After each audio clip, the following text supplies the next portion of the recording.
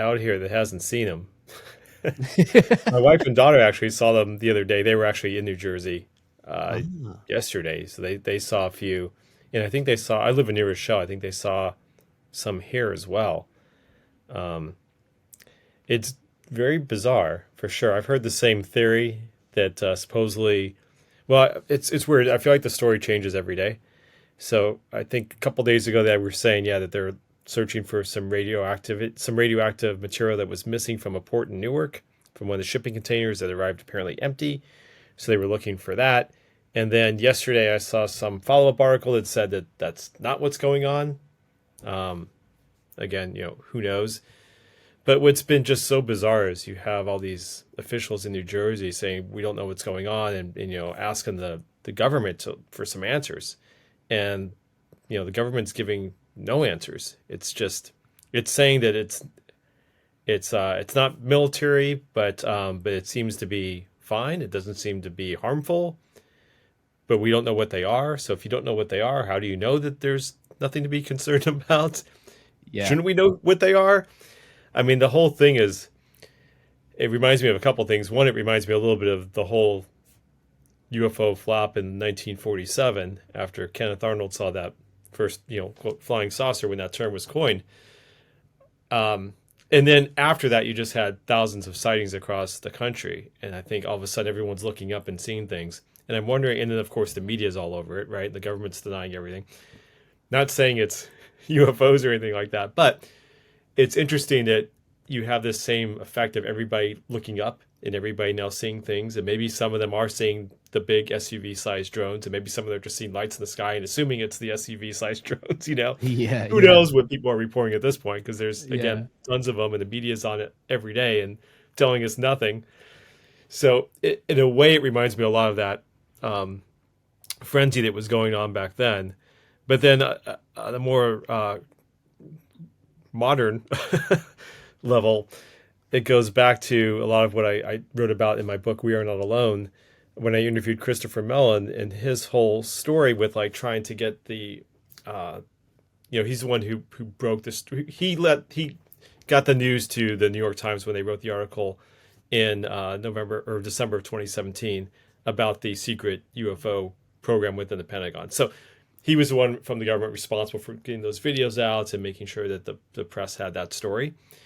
And his whole push for all that was really to make sure that the government understood that this wasn't a whole thing about UFOs, but this was really a matter of national defense, that we have sightings from credible witnesses seeing things in the skies and we don't know what they are, and that's a problem.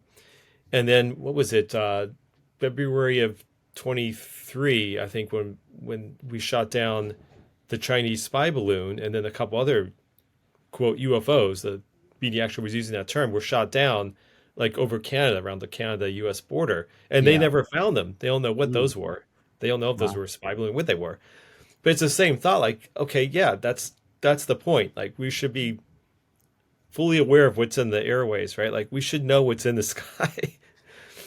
It's a problem if we don't. Whether it's UFOs or not, whatever it is, we should at least know what it is and be able to respond to it properly, or know if we need to respond to it, or if it's harmless. Great. I mean, we know that lots of private companies use drones, and that's fine. But it's weird that no one seems to know, and that's uh, not a good mystery.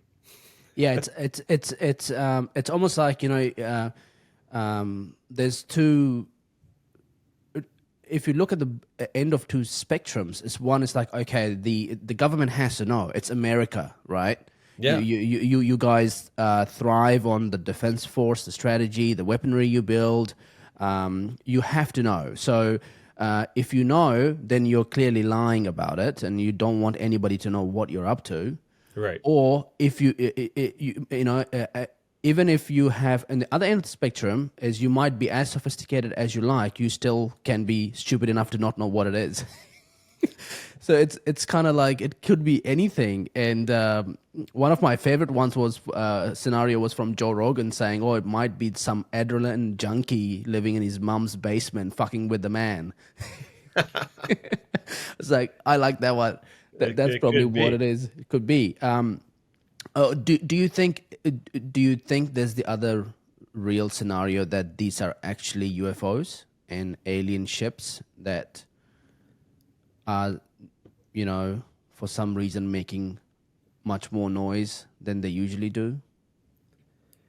I don't think so. I mean, wasn't one of them like crashed down someone's backyard, I heard.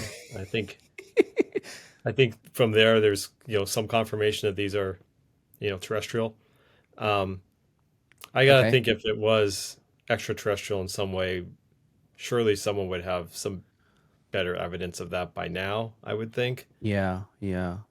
I mean, kind of fun to think about, but I suspect not. I'm sure there's a more terrestrial Yeah. explanation. Yeah, I'm sure there's more to come out of this, but it certainly seems like it could be, it seems like it's government just they're looking for something.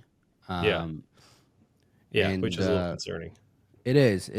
And one of the theory was that during the Reagan administration, when there was the whole nuclear disarm deal, and there was about 70 nuclear weapons that were bought out of Ukraine. One of them went missing on its way back to the US, Hmm. and there was a lot of alarms that were raised about this missing nuclear weapon, and that would be a crazy situation to think that there are nuclear weapons that gone missing, and then Yeah, whoever has their hands on them decides that they're going to do something. And with Trump about to get into office, I think he posted something on Truth Social about the fact that the government knows they're lying to us about what they're actually looking at. That's a really, really concerning scenario if a nuclear weapon goes off in New of Jersey. course. Yeah, yeah, that's That's terrifying. Yeah, that's terrifying. Yeah, That's just yeah. That will get the World War III started.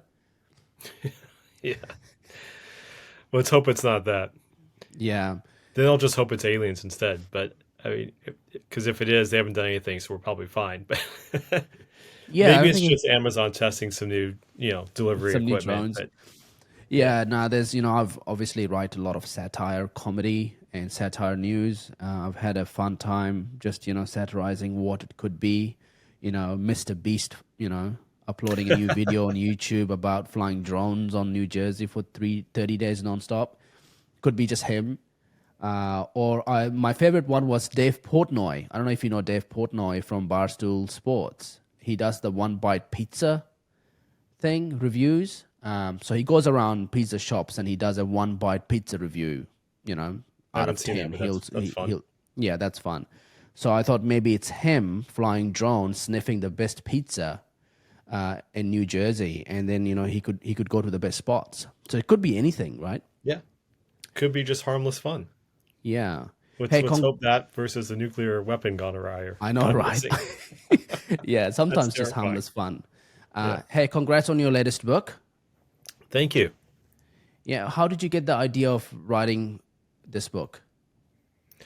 And you're referring to We Are Not Alone, Yeah, correct? your latest one. Okay. Yeah, I yeah, just yeah. got another new You've one written lots. 2 days ago. Yeah, you got how many books are you writing? Well, this is the ninth one that just arrived, Wow, and then I have a 10th one that's in the works. So, really wow, quick before I dive in, this is, if you don't mind, this is the new one, which is a different topic. To the Hilt, a sword swallower's history of sword swallowing. So this is my co-author wow. right here with I'd the love to sword down talk his throat. about that book. That is cool. The history of Yeah. people swallow swords. Oh yeah, yeah, yeah. There's we have a What ton of for? photos in here. I mean, Why do they do that? why do they do that? Yeah. Is it? It's for making a living. Oh my god. Um, here's this is from around mid 20th century. This is cool. There's tons of photos in this book. It's a beautiful full color book. I know that was black and white, but um, a lot of vintage photos in here. Yeah, I bet. This is one of my favorites from late 1800s. The three swords down her throat, Victorina, and then Wow. there's some contemporary sword swallowers as well. Let's see here, some good photos. So, what made you interested in sword swallowing to write a book? Well, so my second book, which actually came out 20 years ago, Yeah. 2005, so almost 20 years ago, it's called Yeah. American Sideshow. Uh huh. And so I've always loved Sideshow. and I had interviewed a lot of people for a zine I used to write back in the late '90s, and kind of built this network within a sideshow community. And so I wrote that book, which was an encyclopedia of performers from the mid 1800s through the early 2000s. And like I said, I can't believe that was 20 years ago already. So from there, I kind of started moving into these different sort of, to me, like offshoot topics, just of the world of bizarre things, and wrote Yeah. about those as well. Yeah. All my books have the theme of something weird, weird history. And then my co-author Dan Meyer, who you saw on the cover, he reached out to me like 6 or 7 years ago. We met, I don't know, we met actually just after I think I wrote American Sideshow, and maybe a little before. Yeah, I think just after. Um, and he said, "Hey, I want to do this book. I've been researching sword swallowers, historical sword swallowers for 20 years, and I've got all this information. And I don't know how to make a book on my own. Would you help me with it? I'd love to do this together." So we started, and then I ended up writing the Big Book of Mars, which I know we'll get to, and then Chasing Ghosts, and then We Are Not Alone, which is my most recent book that's available now. And so everything just kept getting put on the back burner. And then last summer 2023, we got going on it again. I reached out to Dan actually for some help with my upcoming book with Quark Books, which is called You're Not Supposed to Know About This, which is about secret government programs. And this is an odd little connection between the both books, but I had been putting together my proposal for You're Not Supposed to Know About This. And I've made a bunch of contacts in my other books. So I always say, like, here's people I believe I can reach out to that I have connections with that should help me with my research and can connect me to other people. These things all kind of branch out, which is wonderful. And I meet all sorts of amazing people through these books. Yeah. So I listed a few names, and then I mentioned that between all these different projects I've done, I said, surely someone I know knows Uri Geller. Are you familiar with Uri Geller? He's known best for bending spoons with his mind for like 50 years. No. So I've been fascinated by him since he was a kid. He's like he'll hold spoons and just bend them mentally in other metals. So he was actually, is that real? The last time I saw that was in the Matrix movie. People can do that. People can do that. to, They can bend a spoon with their mind. to this day, he holds that he's doing this legitimately. Of course, lots of people have tried to prove him wrong, but Yeah, I bet. he's never said he's doing anything other than what he says he's doing. Wow. So he was involved with the CIA in 1972, I think, if I Okay. remember my dates correctly, when they were researching psychic powers for psychic spies for the government, which became eventually a remote viewing program.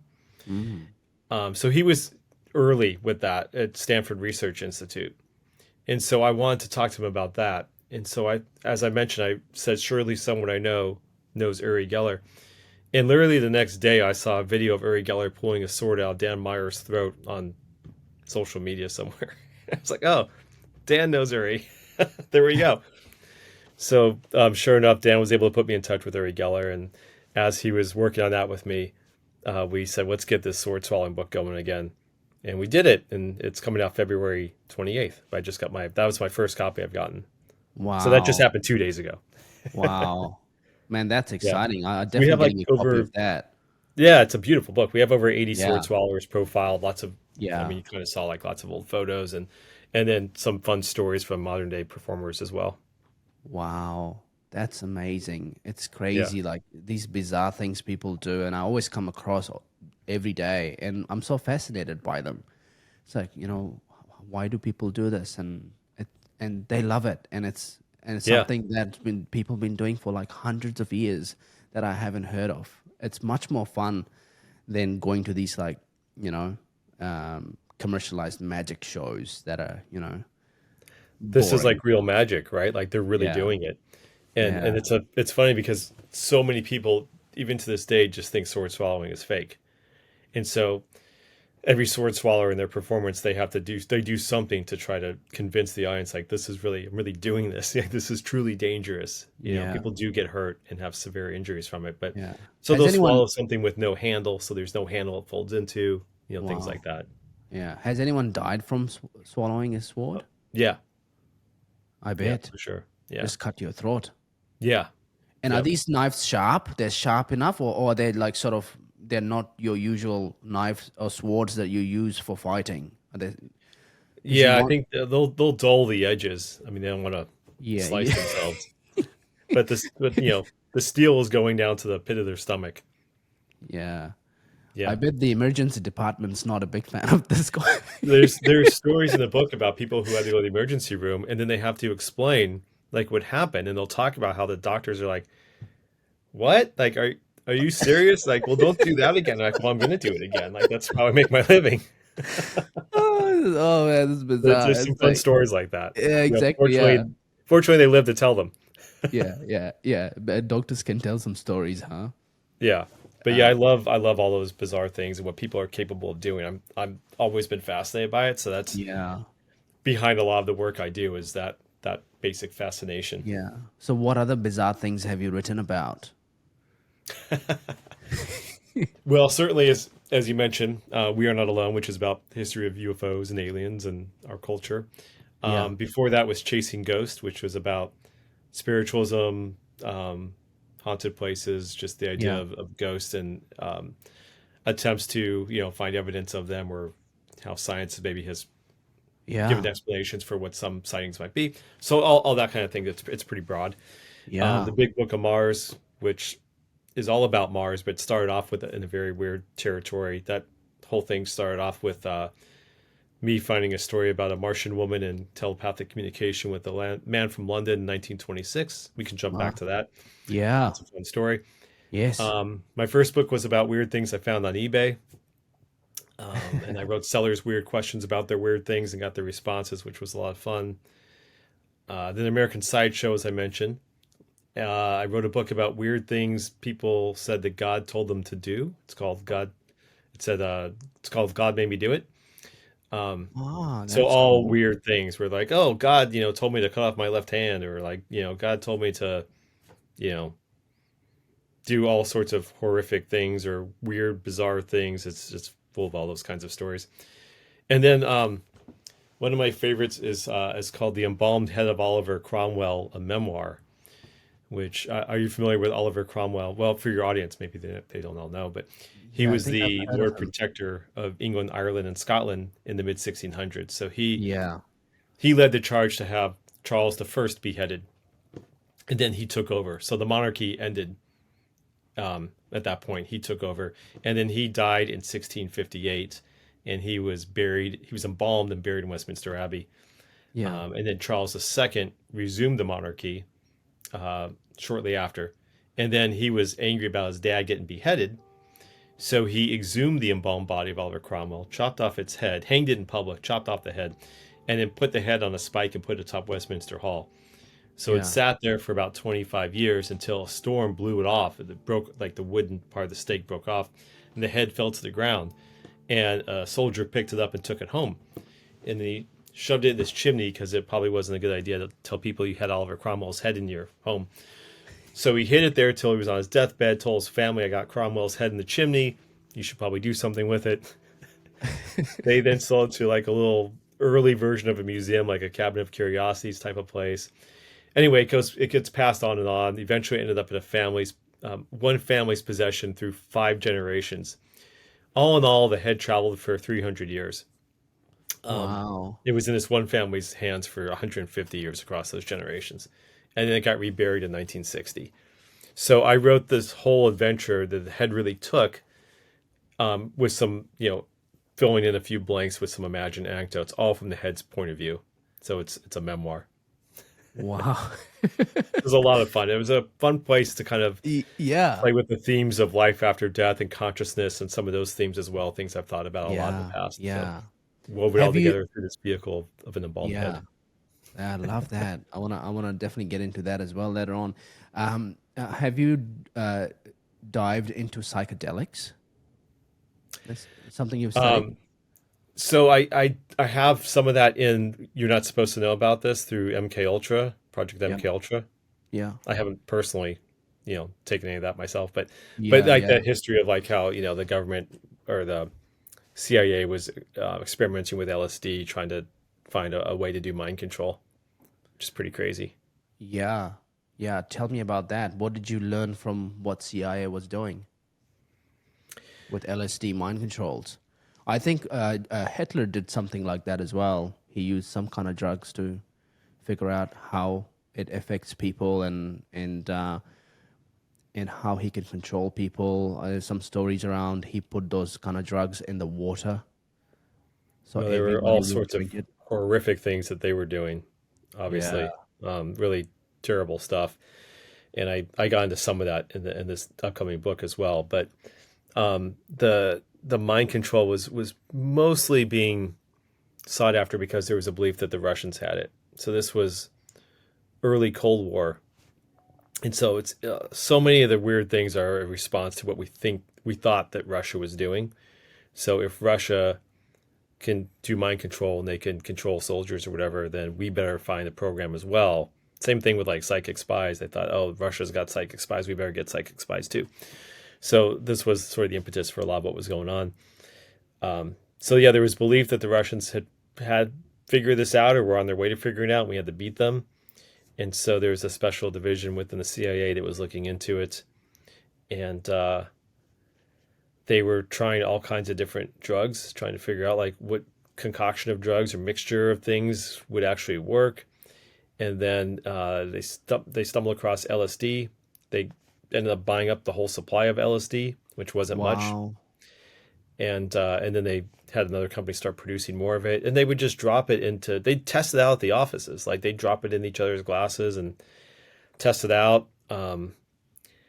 They had all kinds of unsuspecting, citizens. They were trying it out on. They had brothels where they were giving it to people and watching them through peepholes and seeing if prostitutes could get these guys to talk if they were, on LSD and figuring out what would happen there. I mean, it's all kinds of crazy stuff. And then eventually there was a case where a guy that they gave it to within the CIA, he took it, and a few days later, he was dead. He was, as they said, pushed or what was it, jumped or fell out of the window of like a 10th or 13th floor of a hotel in New York City. And obviously that didn't make a lot of sense. So Yeah. that was a big controversy of like, okay, well, so he was pushed out the window and why and what was the story Hmm. there? Kind Yeah. of unsolved. What exactly happened? There's a whole documentary on it called Wormwood. Yeah. So it's a crazy history, and this went on for years and years. Yeah. It's amazing how And these. Sorry. Go ahead. Go ahead. oh, and then the whole what's crazy is that so it started off like I said, they had these unsuspecting citizens taking LSD, and they go to the hospitals and have people taking LSD and experimental drugs or whatever and see what happens.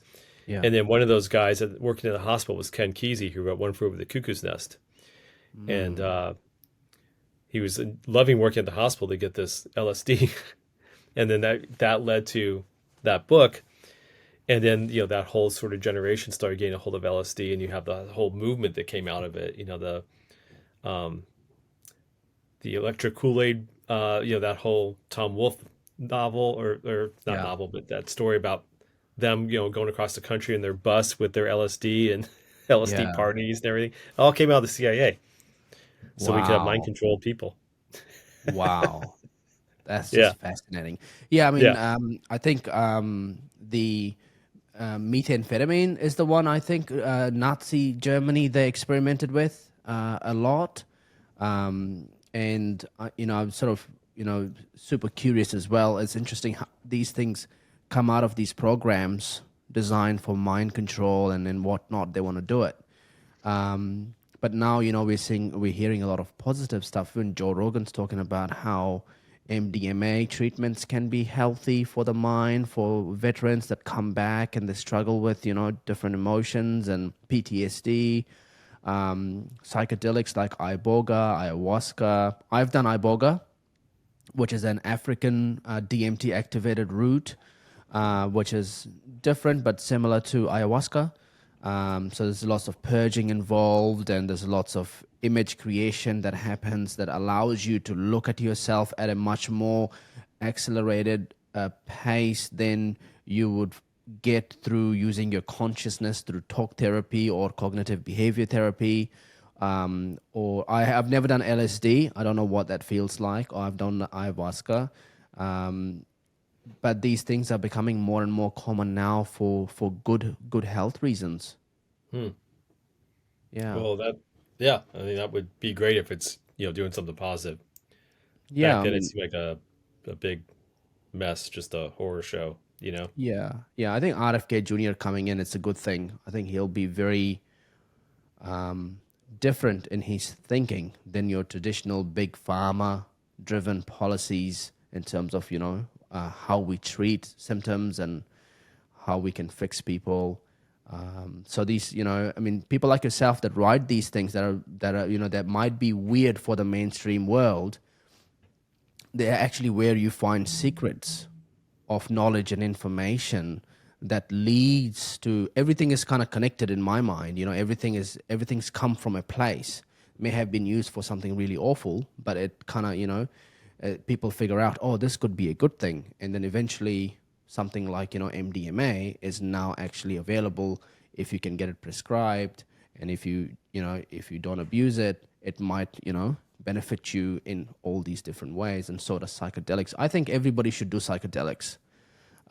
It's like a really good thing. Every single government official should do psychedelics. I think we'll be better off in the world, and it's a, you just, you just get better as a human being. You know. Hmm.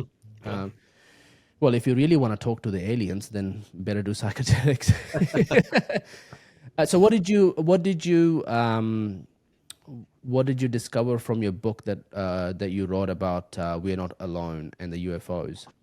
Yeah. Well, that one's here just to show this is the book, Yes. which is another, you know, lots of beautiful images in this book also, which Yeah. I I love love the like a lot of the cover. old classic book Yeah. covers in here, from Yes. the 50s era.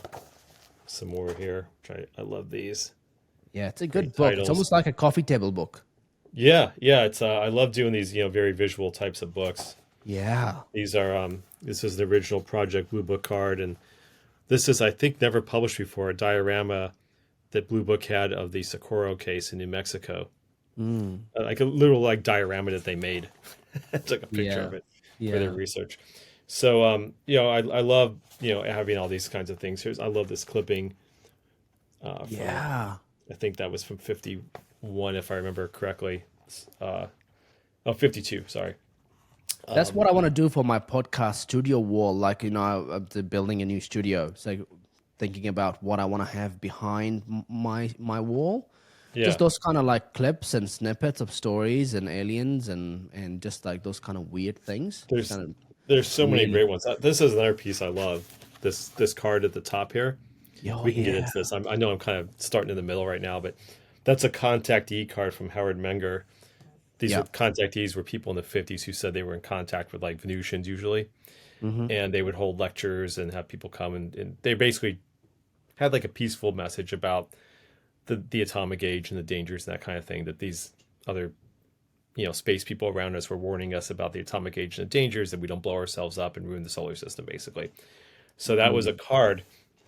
And sorry, I'll try to get back to your actual question in a minute, but I did a lot of my research early on at a amazing UFO archive at a guy named David Marler, who now runs this organization with it. He's acquired all these different collections.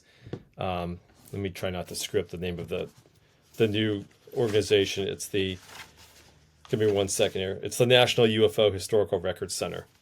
So that's what his collection has now become. He's actually got a physical building for it now. But before, this was like a whole room of his house, like a whole wing of his house devoted to this massive collection. He's got all the Project Blue Book files. So those cards Yeah. I showed you, that's like the real card from the actual file. Yeah. The newspaper clippings, all the real things. He's got audio recordings from reports and so forth. I mean, just a fascinating collection. So he had a lot of books as well, like thousands of books. So I kept moving these stacks of cards off of the shelf to look at some of these books, take pictures of the covers and go through some information. And finally I said, what are these cards that keep moving out of the way? And I saw that they were those contactee cards. I'm like, oh, these are great. This is such a cool piece of ephemera. So anyway, that sort of gives you like a little hint of the book, but it covers sort of the UFO phenomena from roughly the early 40s up to what's been going on the past few years. and scientific endeavors to find proof of extraterrestrial life or some sign of extraterrestrial life as well. So it's a real range of characters and people in this book. You've got everyone from the contactees who said they met the Venusians and flew to Venus and had children with the Venusians, that kind of people, up to like Avi Loeb and Christopher Mellon and Leslie Kean, who are pushing a lot. Lou Elizondo, from the government, who just had his book come out, Imminent. So I interviewed all of them. So it's like and people from NASA as well. So it's like a complete mixture of different people all put into one book, which I don't think you find in other UFO books. Yeah. But for me, sorry, go ahead. Did you, I'm just curious quickly, and I'll pass it back to you. Did you interview or cover any of the stuff that Bob Lazar talked about during his time in Area 51 in your book? I talked about him. Yeah, I reached out to him, but I never heard back from Bob Lazar, which I wasn't too surprised by. I don't think he was out doing a whole ton of press. No. But I did, I wrote about Area 51 because how can you not? And so I mentioned his story. I did ask Christopher Mellon about what he thought about that. And so I have some quotes from him about it. He has his questions about the legitimacy of Lazar's story. But it is a fascinating story, and he's kept it consistent for, 30 years now? He has. Yeah. So it's definitely intriguing. The whole Area 51 is a fascinating part of the book. Yeah. And did you look into any of these recovery programs from the U.S. government? They're recovering alien crafts and then China re-engineering. I don't have a lot of that because there's not. I guess I'd say I didn't find sources. I'd say that this is a good, credible thing to pull from, and didn't have those kinds of interviews with people saying. I mean, the closest stuff I'd have is from Lou Elizondo talking about there's lots of things he's seen that he can't talk about. So. Yeah, that's as close from within the government as I was getting to that kind of story. But no one was talking about recovered crafts. I know that there's stuff about recovered crafts from the 40s there, in Dayton, Ohio, at the Air Force Base there. Certainly at Area 51, that's what Bob Lazar was talking about, and back engineering. But it's a tough one to say if that's really happening or not. Area 51 is so interesting because there were so many things going on there at that time that were secret government programs. The high altitude, like the U-2 flyer. I mean, all these high altitude planes that were designed to spy over Moscow that would be undetected. Of course, one of them was detected and shot down, which was a crazy story. But so when that was happening, there were people seeing these things being tested and coming out of Area 51, which they didn't know what that was called, of course, back then. So you have all these sightings of people in the area. You have pilots seeing something going above them. They don't know what it is, and they're reporting it. And the government's like, well, yeah, sure, just tell them if they want to think it's a UFO, that's fine. We can't tell them what it actually is.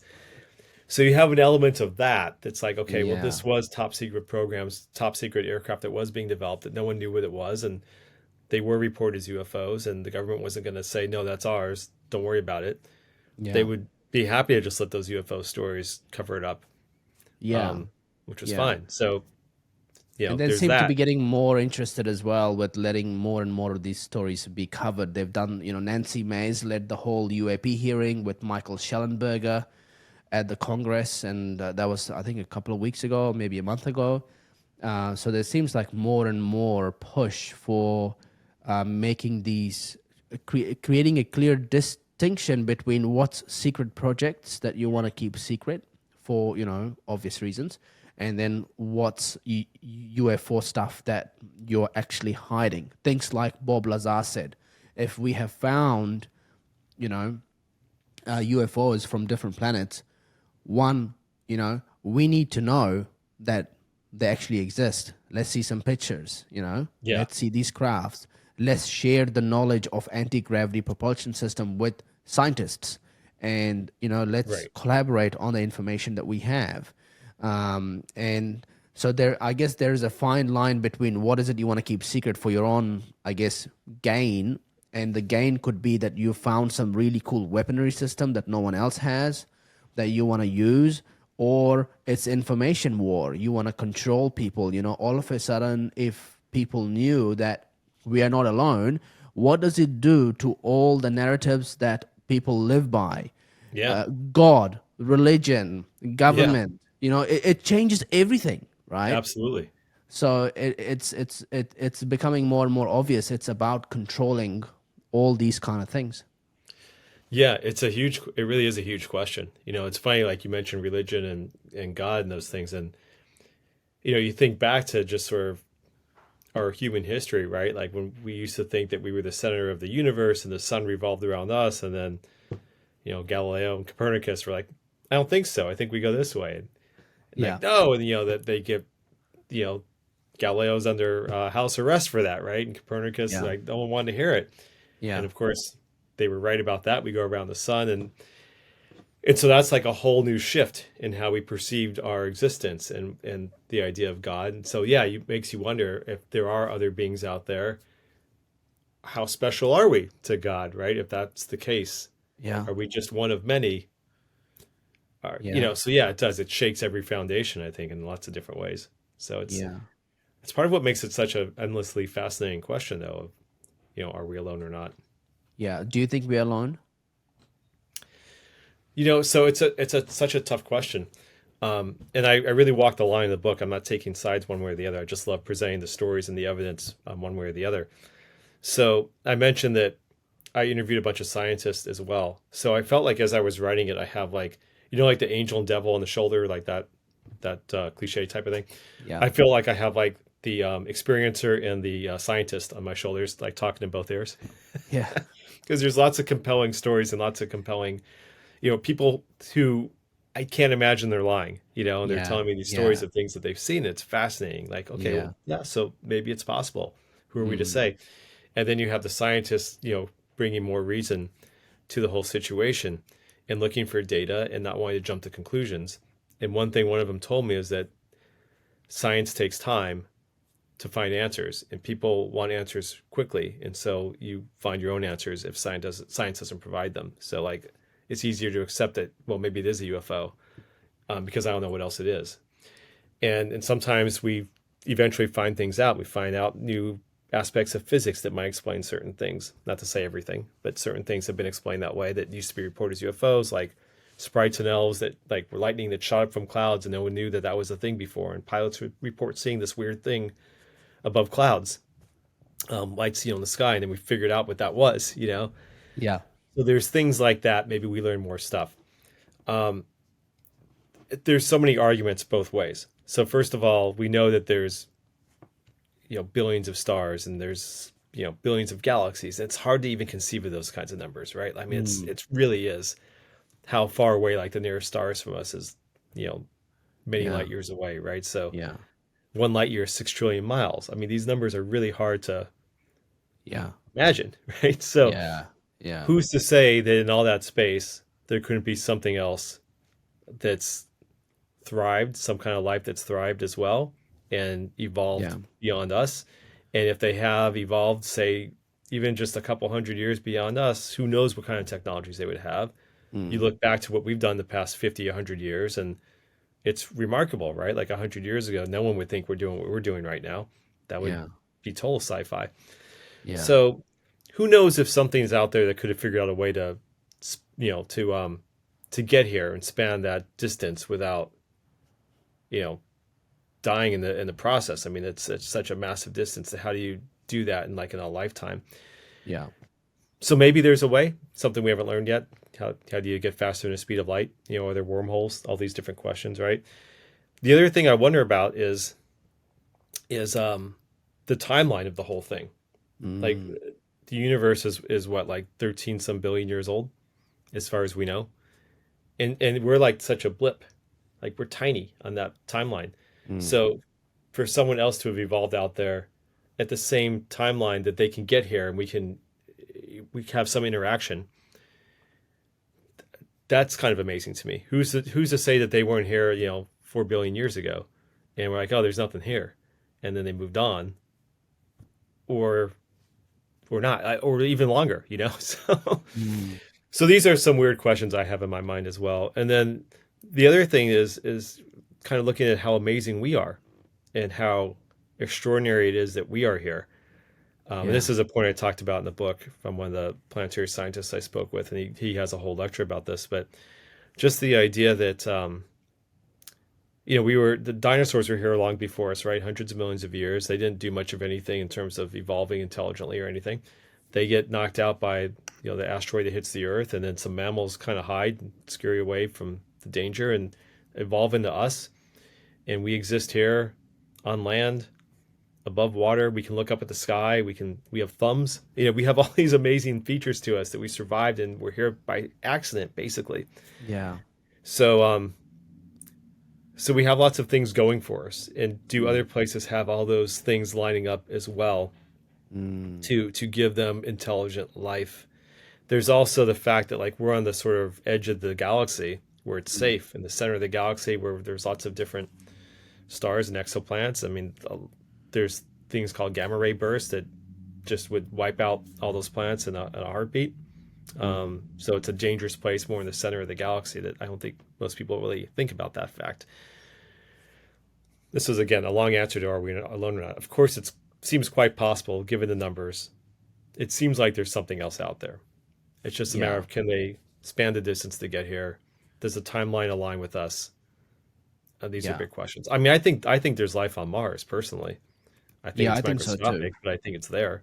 Yeah, I had So, Brian Corey Dobbs, the filmmaker and science journalist of the film that he made, Blue Planet Red, yeah, talked about how there is, definitely, lots of evidence suggests that there is life on Mars, and also life may have been on Mars millions of years ago when there was liquid water, and there yeah. is evidence of pyramid-shaped, structures and face-shaped structures, and there's lots of different things. There is evidence of some kind of like city on Mars as well. Um, do you think that aliens with this high possibility that they do exist given the vastness of the universe, do you think they have managed to make it to Earth, or do you think whatever we've seen on Earth is just um, a different type of living species that just exists in a different dimension that we're interacting with at a higher frequency? I mean, those are theories, which I think are pretty interesting, actually. Mm. I mean, this is all like, it's all fun speculation, right? None of us have answers. Yeah, yeah, Like I said, I, I'd like to think that if there's life, extraterrestrial life, somehow it would have found a way to get here. But I just wonder, is that possible? Like I know that you're looking at it through like a framework of what we know now, and that's not correct, because again, if they're advanced, who knows what they know, right? So maybe they figured out a mm, way to surpass, like I said, the speed of light and get here. And if they can get here, how have they remained, undetected at least a large scale? Versus obviously people say they've seen them, so who knows, right? yeah, Um, the interdimensional thing is interesting. Some people think it's in the ocean too. Lots yeah, of undiscovered parts of the ocean. yeah. Could that be? I don't know. Mm, mm, Um, I don't know. It's kind of fascinating to think about, whether it's interdimensional or not, and people kind of lump that in with other sorts of bits from folklore, like ghosts, and are all these things connected? Other mm, sorts of creatures that people have seen, and is it all from the same place? I really don't know. I don't really have like a strong belief one way or the other in that. yeah, I find it fun to think about, speculate about. But yeah, I don't know. It's it seems a little hard to buy into personally. yeah. But So what? again, it's anything's possible. Yeah. So what was the craziest story that you covered when you were writing your book? We Are Not Alone. Oh man, the craziest. Um, I'll tell you one that I really liked, that I opened the book with in the intro.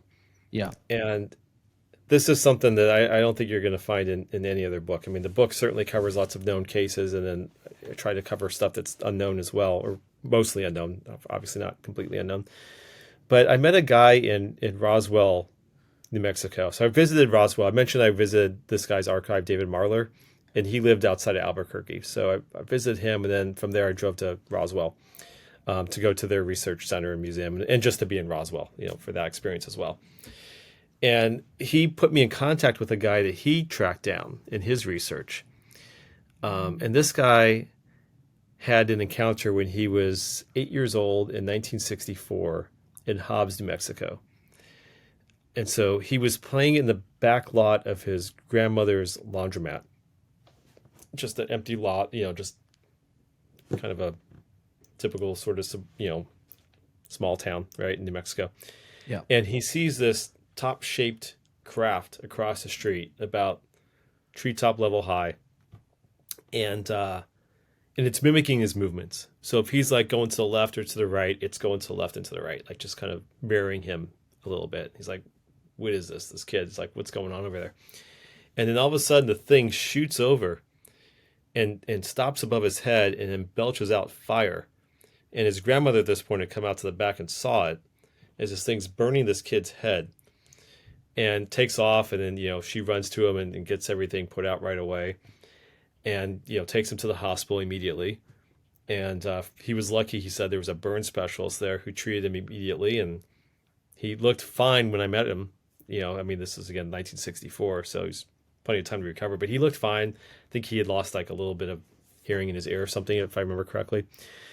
And he didn't know what it was. He never said it was a UFO or anything. He kind of put this whole story on the back shelf in his mind. He wasn't looking to capitalize on it.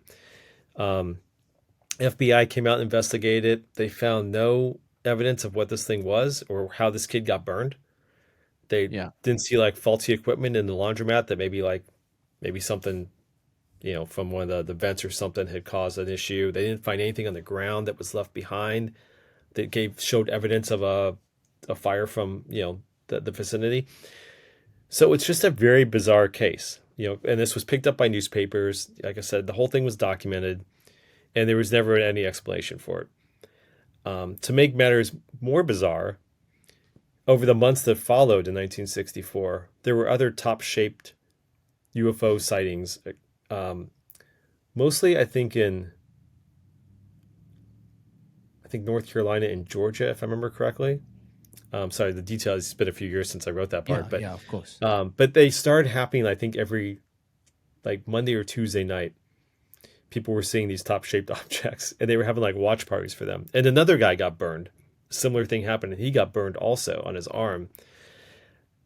And so, like, what was this? And there was never any explanation for any of these cases. The military didn't say, oh, that was ours. And if it was, like, what are you doing? Like, why is this thing, like, burning an 8-year-old kid? That's crazy, right? Like, what would you be testing? And it would go burn an 8-year-old kid. Yeah. So that was a really weird case. And that's what I set up with the book. Like I said, that was my intro, my personal experience of meeting with him. And again, he didn't, like, go trying to sell this story. He spoke with Professor James McDonald in 1968 about it, and I have recordings of that conversation with him and his mother and his grandmother.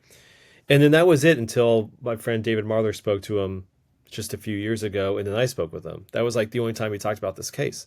Yeah. So to me, that was a great way to set up how weird and bizarre all this is, and that was sort of a gateway to all the other weirdness and bizarreness that followed in the book, from alien abductions to sightings and so forth. But those unexplained ones are really bizarre. Like, I have another friend who was really helpful in the book. His name was Lee Spiegel. I don't know if you've ever heard of him, but he was a journalist who wrote about UFOs since the 70s, organized a UN conference in the 70s about UFOs, which was the first time that had been done. And he had his own experience in the mid-70s, I think 76. J. Allen Hynek had sent him to... J. Allen Hynek was the director of Project Blue Book. Yeah. Astronomer, scientist, and he wanted him to go investigate this triangular-shaped UFO in Lumberton, North Carolina.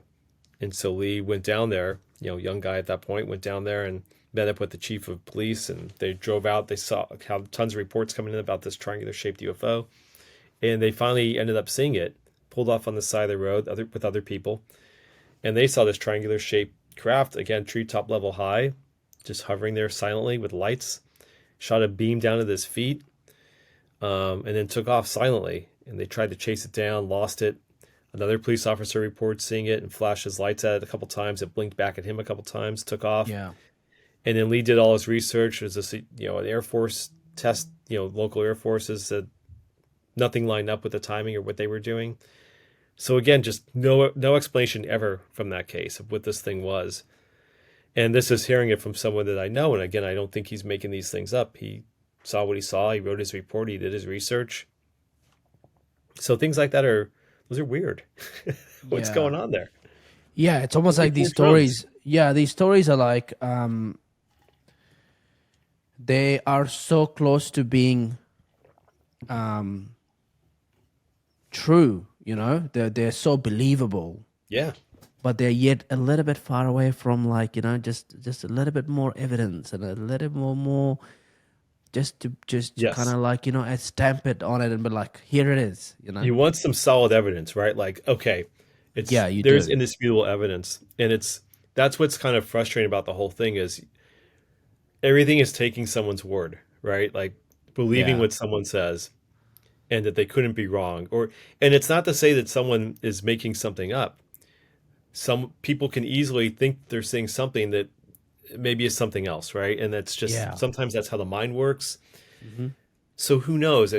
But you're right. It's like you would just, especially by now, you'd love to have that kind of evidence where, like, yes, we can all agree that that's what this was. And the Yeah, weird thing about that is, so these cases from like the 40s on and decades on, right, are really fascinating with what people say they saw and whatever sort of pictures they might have. But now our technology is so amazing, especially with like AI and the things we can do, that I feel like if we finally get that evidence, will people even believe it? Because AI can just make a UFO that looks like it's right outside my window and it'd be totally believable. It's the quality yeah. so good that our technology is so good it may make it hard to believe something real when it happens unless you see it with your own eyeballs. Yeah, and I just finished watching George Knapp's latest Netflix documentary on UFOs. There's about 6 episodes in them, and every single story was like almost believable. Like he's pushing the boundary of getting to the real evidence, but he never really scratches that sort of part of here it is, here's the stamp, Yeah, like right. and the whole of it is like it's great. I mean, I think the UFO George Knapp's been covering UFOs for 40 years or something, and Yeah, with he's come a Incredible Bizarre. long way. Yeah, he's come a long way. And Jeremy Corbyn as well. He's come a long way, but it's kind of getting to this point where it's close, but it's not really, Yeah. there's no. It's, I'd believe it when I have an alien in my podcast studio having a conversation. Yeah, It's like, I tell know. me, yeah, yeah, let's have a conversation about this because you're driving people crazy. What are you up to? I know. Well, one thing that I'm hopeful for is I mentioned Avi Loeb earlier, Yeah, and I really love what he's doing. So what's really interesting about this whole thing is I'm sorry if I'm bouncing around a little bit here, but I mentioned no, like no, the it's great. contactees in the 50s, right? And that was wacky, right? Like all those books I showed you a few of those book covers. Like I married I married someone from Venus, and I flew to Mars and Saturn, and like all these kind of wacky types of stories, and all that really built up the stigma around UFOs. Yeah, And so UFOs became like a goofy thing and something that wasn't being taken seriously by science. It wasn't until these past few years, once that New York Times article broke and that kind of made it more mainstream, and all of a sudden scientists started taking things a bit more seriously. They changed the terminology to unidentified aerial phenomena, now unidentified anomalous phenomena. So they're trying to get rid of that stigma, and I think they're doing a good job of pushing that stigma aside. So now you've got yeah, people like Avi Loeb who thought, he believes that Oumuamua from 2017 also, which was the first detected interstellar object passing through the solar system, could be a piece of alien architecture, ancient alien architecture floating through, right? mm, He's doing that based on the data, and the idea doesn't align with any kind of rock that we know of. So maybe it's not a rock, maybe it's something else, and be open minded about what it could be. So he wrote his book about that extraterrestrial, and that did really well for him. He got lots of donations. So now he's got funding. So here's a guy who has the scientific capability, the knowledge. He's got the means. He's got funding, and he's got clout. And so he's got when I spoke with him, at least he had 100 scientists working with him on the Galileo project, trying to collect their own data with their own technology, their own equipment, not waiting for the government to give them data. So I feel like, okay, now you have a group of scientists with that have money and have means, and they're really looking into finding data of what's going through our solar system and in our skies, and maybe they can actually learn something because they can actually collect enough data to discern what something could be. All that data from stories is always so fleeting, right? Like someone saw something, that's all we've got. So I'm hopeful that maybe because it's being taken more seriously now, we can actually get some kind of real answer, whether that's extraterrestrial evidence or just something else we learn about science. I mean, either way, it's going to be fascinating. Yeah. And it makes you wonder what would have happened if the stigma wasn't there and scientists had taken that same focus, 60, 70 years ago. What might we Mm. know by now? Yeah. Yeah. That's powerful. So it's like I said, it's kind of exciting that like, okay, well maybe we're on the cusp of actually learning something. I mean, those Navy pilots, I mean, that's very compelling, and now you're starting to Mm. hear that um I think they're trying to say like, okay, well that was like a technological artifact that they were seeing, or that was parallax. I mean, that's what a guy named Mick West was saying early on. And I think the government's starting to say the same thing now. So who knows? Like, is that really it, or are they just saying that to give an answer? Again, the mystery just continues on and on. Yeah, I think we should mention Commander David Fravor from he's Yeah, a fighter pilot in the Navy, and his yeah, story seems to be the most credible one. I think it was 2004 when right. he was flying, and he obviously caught the Yeah, the video. Tic Tac video. Yeah, Yeah, he did. it's very compelling. Like, it's Yeah, hard to imagine why a guy like that would make something up, or that a guy like that wouldn't know what he's seeing or experiencing. Right? Like he's yeah, flying it, he's trusted to fly this, billion-dollar aircraft or more. He yeah, clearly knows what he's doing in the sky yeah, and how to maneuver his equipment. So yeah.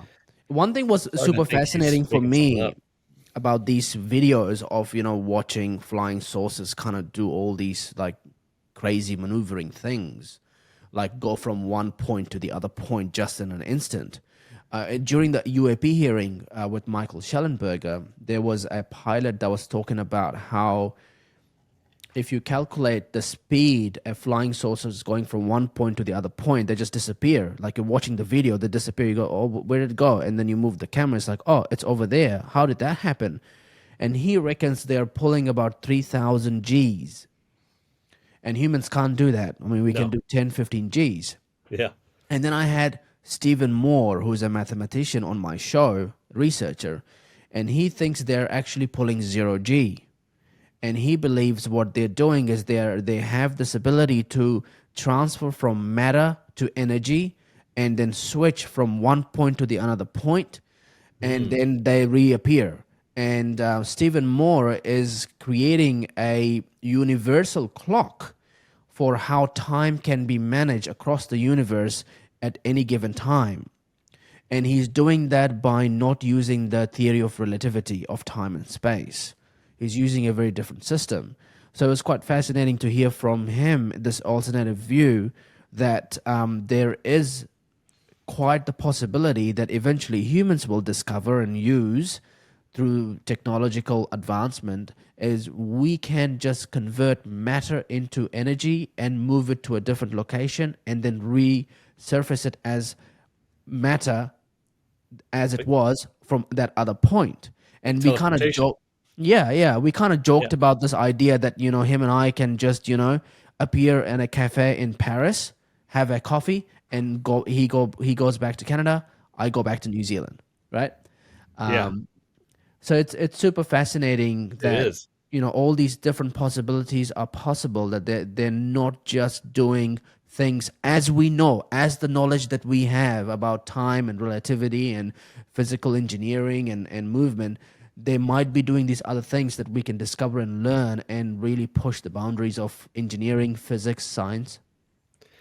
I mean, everything you're describing is part of what's cool about all this is whatever it is, it's driving this kind of creative thinking, which will lead to new ideas, new technologies, new capabilities, and that's all great, right? Like, so there's a good outcome no matter what it actually is, if we're learning Yeah, from it that way. But yeah, yeah, that whole idea is pretty fascinating. And will teleportation become a real thing? That's been one of those sci-fi things for a long time now. Like, going back to yeah, the Fly, probably most famously. yeah. But yeah, I mean, could Yeah, I that think be? we're seeing this creative thinking drive things like Tesla Optimus, which I believe is going to be the next thing since the iPhone as the next revolutionary product. I think it's probably the biggest one since Henry Ford invented the car. I think the Tesla Optimus, we're going to end up having a world where humans live alongside robots, and there's going to be 20 billion of them. And Neuralink, this whole idea of putting a chip in your brain and accelerating Yeah, your brain, and a lot of it is trying to increase the processing power of the human brain to kind of create a human machine symbiosis. You can't have 20 billion robots that are collectively way more processing much more information and knowledge than humans are, to a point that they have the ability to hijack the nuclear systems and government systems yeah, and really exactly. control the Scary. world. Yeah, control the world. Yeah, And then you have autonomous driving cars. It's all coming from things like Hitchhiker's Guide to the Galaxy. And my favorite one is Ian M. Banks. He wrote the Culture series. I don't know if you've ever heard of Ian M. Banks. He wrote no, books like The Surface Detail, Accession, and my family office is named after Surface Detail, which is a homage to Ian M. Banks. He's I believe, an Irish writer who wrote sci-fi. He writes about this culture that exists in the galaxy in 2100, and there are these wars going on. Surface Detail starts beautifully of this woman that was a slave on this ship, and she was held in a body, and the slave master eventually kills her, but then she finds that there was this higher AI god that have been holding her consciousness in a cloud, and he brings the consciousness back into a new body, and then she realizes that what was going on, and that's kind of how the story starts in Surface hmm, Detail. Very fascinating, and all of this really does is drives that creative thinking in the real world for all these things that we can do that just makes the world a better place. yeah, that's it's fascinating and a little scary. Yeah, Like you said, like if it goes a little wrong, it could be a lot wrong. yeah. But we'll see. Yeah. For some Yeah, reason, we have the courage and resilience to kind of do new things with the fear we carry, and make sure that the whatever dangers that these new things can do, it's not more than 15 to 10%. With AI, if we have 85% of AI good AI, then it's a good thing. you know we're never going to have 100% AI being good thing. One of the things we want to make sure the AI is not capable of is starting a nuclear war, for example, right? yeah. Chat GPT was famously asked this year, is it okay to misgender Caitlyn Jenner or start a nuclear war? And the response was, we should start a nuclear war and do not misgender Caitlyn Jenner, right? And Oh now, yeah, gosh, yeah, it's true. You can Google it. It's actually there's I a will. That's crazy. screenshots of it. Maybe Wow. the answer is slightly different to how I'm putting it, but that's the gist of it. Yeah.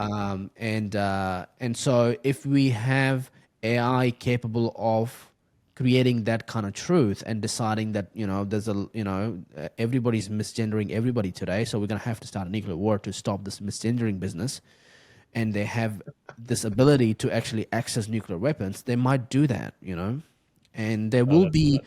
10 to 15% of the AI that thinks that would have a very anti-human view of the world, you know um, but sometimes anti-human or anti-anything can lead to good things if we apply it in a good way. For example, in New York, you probably know more about this than I do. When New York was run on horses for 20 years, New York residents were very anti horses because they shat everywhere and they caused a lot of problems. and life was miserable. So what they started to do, they started to tax horses. That's how they thought that they would fix it. Hmm. They taxed people who just dumped their dead horses on the street. They taxed people who just polluted New York. And eventually, this anti horse mentality led to Henry Ford not creating a faster horse and a horse that doesn't shit and a horse that doesn't die, but invent a car, right? So it's quite fascinating how we live in this complex reality of fear. Things could go wrong, a nuclear weapon could go off, but somehow we're able to steer away with common Right. sense Find solutions. and adjust whatever errors that we are seeing and come back to reality and find these solutions and keep going. Yeah. Yeah. I mean, it's amazing. It's and it's also like, you mentioned like the Neuralink and that idea of can the AI, will it surpass what we're capable of? The brain, to me, like the brain is still like this total unknown that we have so much to learn about. Yeah, And I wonder how much the brain holds answers to most of what we're talking about, yeah, um, which could be, you know, from seeing UFOs to seeing ghosts to psychic powers, all those things. Is it all something that's going on inside here that we just haven't figured out yet? yeah, yeah. And what will that do? Like, how will AI help with any of that, or will it Yeah, suppress more of that? Who knows? yeah. I think Neuralink, for now, it's quite powerful in the sense that it can really help people that are severely, I guess, injured. The first guy who got Neuralink, he's paralytic. Is that how you say it? He Paraplegic? paraplegic. That's right. Yeah. So he had an accident and he pretty much just he can't move his hands Yeah. and his body can't walk. But with this thing that he's got, Neuralink chip, he can get the computer to do a lot of things by just his mind. And there's two ways that he can do it. One is obviously us using our consciousness to ask the mind to do something. And one is where the mind has muscle memory to do things, right? So Neuralink has this ability to activate those parts of his brain that he can move the cursor, he can play a chess game, he can order something, he can click on things. Yeah, it's super fascinating how it can Really enable is. that. Yeah. And eventually it can fix a lot of different things, whether it's mental health wiring, whether schizophrenic behaviors. And then eventually it gets better at understanding the brain, unlocking the brain, making it better, faster, more productive. Um, it Yeah. can reactivate your limbs if your limbs are like dead because you've lost the nervous system connectivity. It can reactivate that through electromagnetic whatever it's needed. I think these are some of the ideas Elon's kind of roughly thrown around. Let's see how it goes, but I think that's a really good thing. It is, if it can be used to heal and find ways to better ways to cure. Like, I often think that I love medical history as well. Yeah, Um, and I often think that, like, you look back to how crazy things used to be with, like, constant amputations and, leeches and bleeding, all these like crazy things people did all the time. yeah, And we laugh at that now. But I mm, wonder in the future how much they'll laugh at what we do today in the same way. So, like what yeah, you're just saying, like, could something like that be a way to heal internal issues, diseases, and so forth, right? Like, just kill cancer cells, where, just versus cutting people open and doing surgical procedures or radiation treatments, all these things that might look completely barbaric in the future. yeah, So, yeah, it's really fascinating that that could be a pathway to that. And yeah, does it even go as far as like, does it solve aging? Like, yeah. is that another thing to cure that Well, Brian Johnson we can is do? is invested all in with that one. I don't know if you've heard of Brian Johnson. He's kind of popularizing a concept called "Don't Die," and he's trying to do a lot of de-aging and wants to defy death. And Hmm. he's got a documentary coming out on Netflix on the 1st of January, actually. Oh, that's cool. Yeah, it's super fascinating. He spends about $2 million a year on his body to try and de-age and eventually get to this point of immortality. And Yeah. he's come up with a blueprint that you could spend $18,000 for an average person a year, that you can do a lot of great things to your body. And he's a super quirky, fascinating guy, Brian Johnson. And his book is called Don't Die. And he's just got a Netflix documentary dropping as well. So that's those kind of things are, they all add to the science. And you have Russia announcing last week that they've got a vaccine for cancer treatment. Don't know what it is, don't know the Hmm. efficacy of it, whether it's an alternative to chemotherapy, or whether it's a vaccine you give to your kids so that if they do have cancer cells, they will never those cells would be fought before they become cancerous. Who knows. Yeah. So there's definitely a lot of advancements going on in that space. New Zealand is now, having these hearings in their parliament around legalizing gene technology, and there's a lot of opposing views on gene technology in terms of, government abusing that by injecting mRNA nanotechnologies in your body. There's a lot of fear around artificial intelligence being weaponized. If we all have chips, it can get hacked. Governments can control information, Yeah, digital it's a little terrifying. currencies. This whole war on blockchain is really about privacy of transactions and privacy of your life, and you want to be able to live your life outside this whole traceability of anybody, whether it's banks, corporates, government, big pharma, and the people who want to control the world and run the world and create their vision of what the world should be. They don't like that, and they'll go after you big time if you want to operate outside of that system. And so there's it's a world of great things and advancements and entrepreneurship and the Elons and the Silicon Valleys and the Apples, and then there's this whole world of caution, and people think that people will and governments will abuse all of this information in any way that they can find to maintain people within a system that allows them to control that narrative and information. Yeah, it's a fascinating time to be in this world of information and podcasting and books. It's just so much more coming out. Yeah. It's overload. It But really that's is. Yeah, I mean that's what Elon's done with X, isn't it? He's just like, everybody say whatever you want, and let's see where we end up with this experiment. Yeah. And the good thing about that is it just allows people to have some power back, and it allows people to have and regain the ability to self-analyze information and decide what the truth is. And why should we censor somebody that wants to say that Hitler was a great guy, that Hitler didn't do this and this and this, and Hitler did great things? Why should we censor that voice? Let them say, because the best way you deal with that is through correct conversations, or the truth surfaces on the top eventually, right?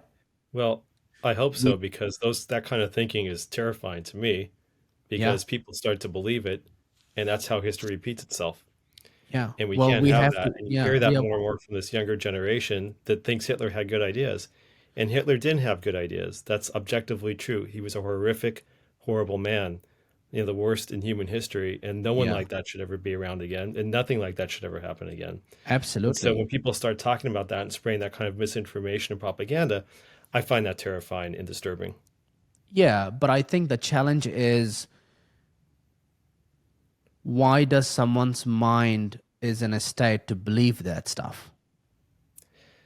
Because they hear it too often Well, and they're that susceptible to believing things that they hear and they don't well, know that's who the to believe. problem. That I think that's a fault of the human mind, right? Yeah. is the That's where all human this mind. accessibility is problematic, though. That's where the overload is like too many people who don't know what to believe the wrong thing, and cause problems. Yeah, yeah.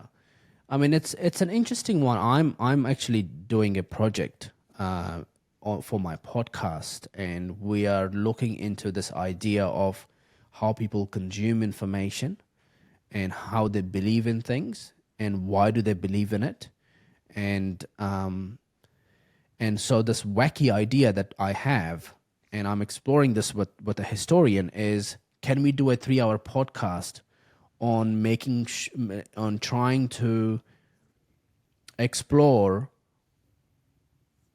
all the positives of Hitler, Oof.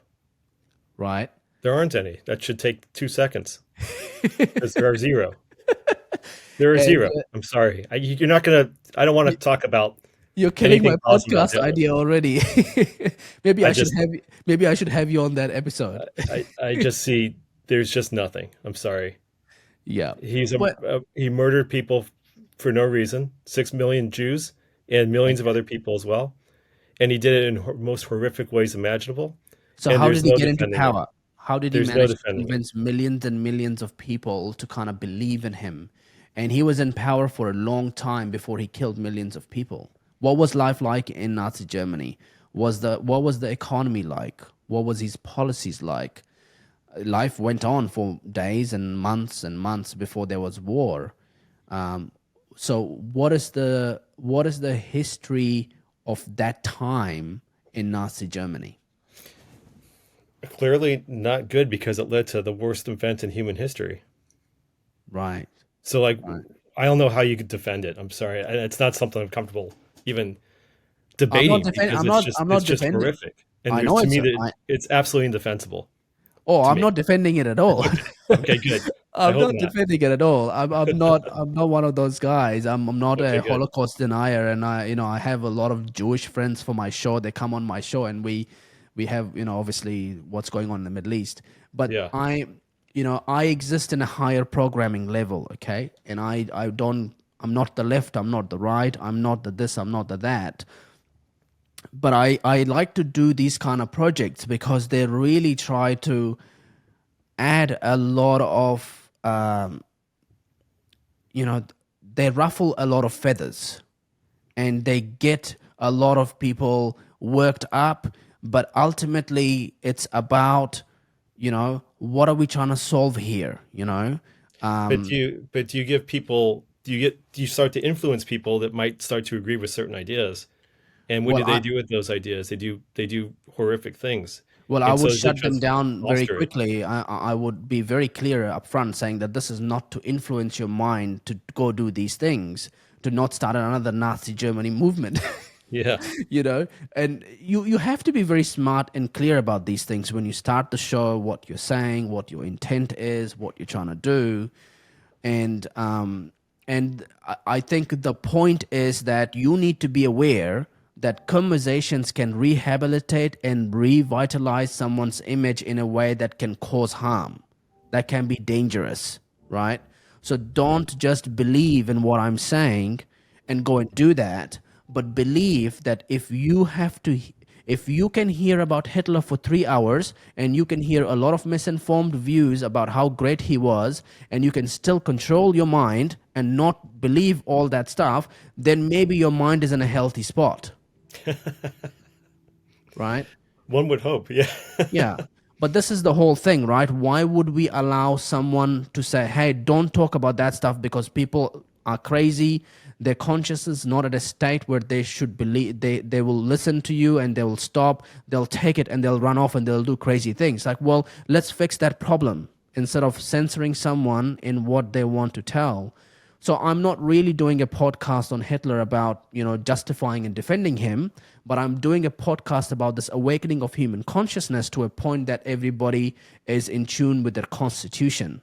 That, a strong man in society is able of danger but doesn't uses it.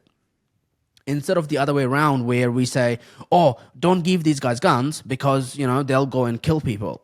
So, well, okay, yes, that's kind of the world we live in today. Is we have governments that get bigger and bigger and bigger and want to control every single thing, and want to track your phones, want to track your behaviors. If you post something on social media because you're unhappy about something in the UK, you get arrested because it's seen as you spreading harmful information.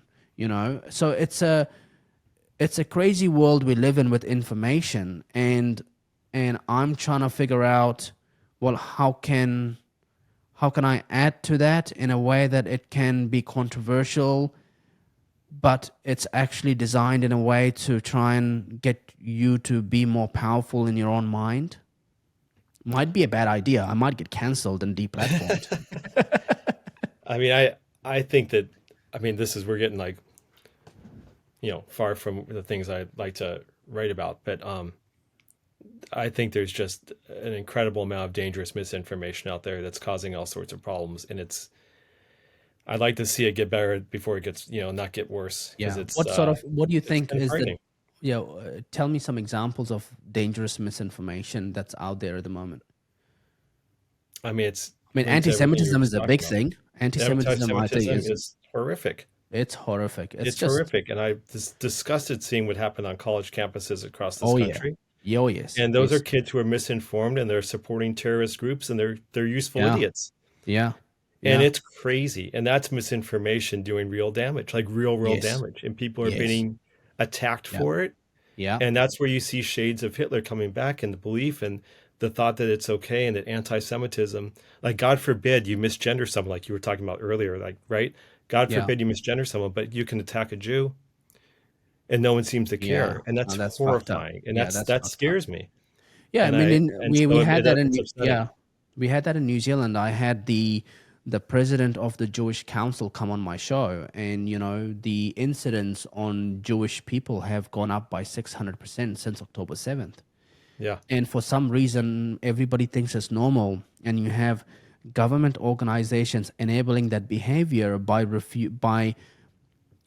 refusing and banning to work with Jewish business owners. Yeah. And you just think, what the fuck is Yeah. wrong with you? Like That's where it feels like 1930s Germany. yeah, you can't, this is ridiculous. You can't It do that. is. No, Yeah, it's that's crazy. true. And What else? What other areas do you think misinformation is getting dangerous?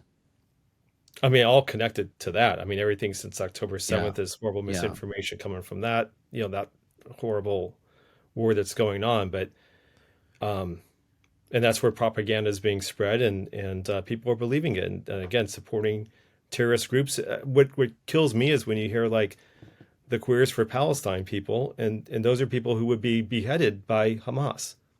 The yeah. very people they're supporting would kill them for their lifestyle That's choices. stupid, isn't it? That's just And stupid. it's nuts. That's And so there's yeah, just, yeah. that to me is it's the big issue that's personal to me, and it's So how really do we disturbing. fix this dangerous misinformation? Is it through censorship, or is it allowing more conversation to happen that allows people to really not hide? I think the problem is censorship is causing this to be more dangerous. I mean, I don't. I wish I knew a good answer. I think that maybe there's somewhere in between. I think you're right. Uh-huh. Conversation is helpful. Uh-huh. There's a guy who does lots of videos who's a super brave guy who goes out and shows people videos of what's really going on, and he starts Yeah. to change their opinions. He's like, "Did you know that this is what's happening? Did you know that this is happening?" They're like, "No, I didn't know that." And then you see. I mean, again, if the videos are as true as they seem, like you see them start to realize that maybe they were thinking the wrong thing. They've been misinformed, and so in that way, yes, conversation can be helpful. And so that's an argument against censorship, right? But at the same time, you don't want to see people spreading these lies further because it's effective. And so how do you what's that balance that you can strike between the two to sort of correct the course, I don't Yeah, know. I think you're probably right on the money in terms of that balance somewhere where it's healthy. Um, every country has laws around free speech, in terms Free of speech, what. but with some limitations, right? Like, you don't yell Yeah, fire in a crowded theater, right? yeah, of course, And yeah, hate speech, right? Like yeah. But so much of that stuff is common sense, Do you know what I you mean? would think. It's you would think. But that's the thing. Like, have you heard of the book called The Parasitic Mind? No. Okay, it's written by a psychologist called Gad Saad. He's Lebanese Jew. He left Lebanon to Canada during the Civil War, I think in the 80s maybe. And he's obviously, he's written this book that's become very popular, The Parasitic Mind: How Infectious Ideas Kill Common Sense. Like, climate change and That's pro-Hamas interesting. and, like anti-Semitism. And now he's writing his second book. It's called Suicidal Empathy. It's kind of like how we Western societies express this kind of empathy to other people, to include them, for the sake of the world and, freedom or whatever views that you might have, that leads to suicidal realities, that self-destruction, which is what we've seen on campgrounds, on university grounds. Yeah. And so it's he's a very important writer in the space, around, how you explore this balance, and how do you restore common sense? How do you become aware of your mind that it can grow viruses, right? So the awareness of it is the powerful piece in many ways. And I think, what Elon's done with X, the experiment tells us that, when you feel the balance is off, that there's more censorship than conversation that's causing more harm and dangerous things than actually good, then we have to shift the balance a little bit to allow people to talk more things. Yes, a lot of craziness comes out of that, because all of a sudden people feel like, I got to tell all these things. I believe the earth is flat.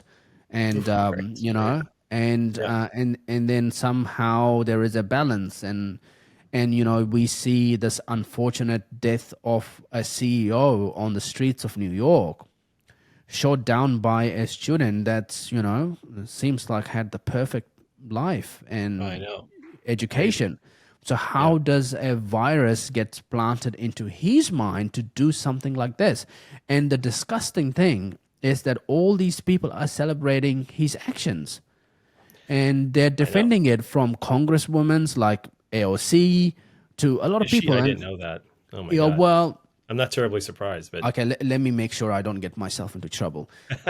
But I think when you listen to her being asked about it, she's kind of tippy-toeing around it, and she's not condemning it. She's not like, full stop, this is wrong. She's kind of going, it's not justified, but...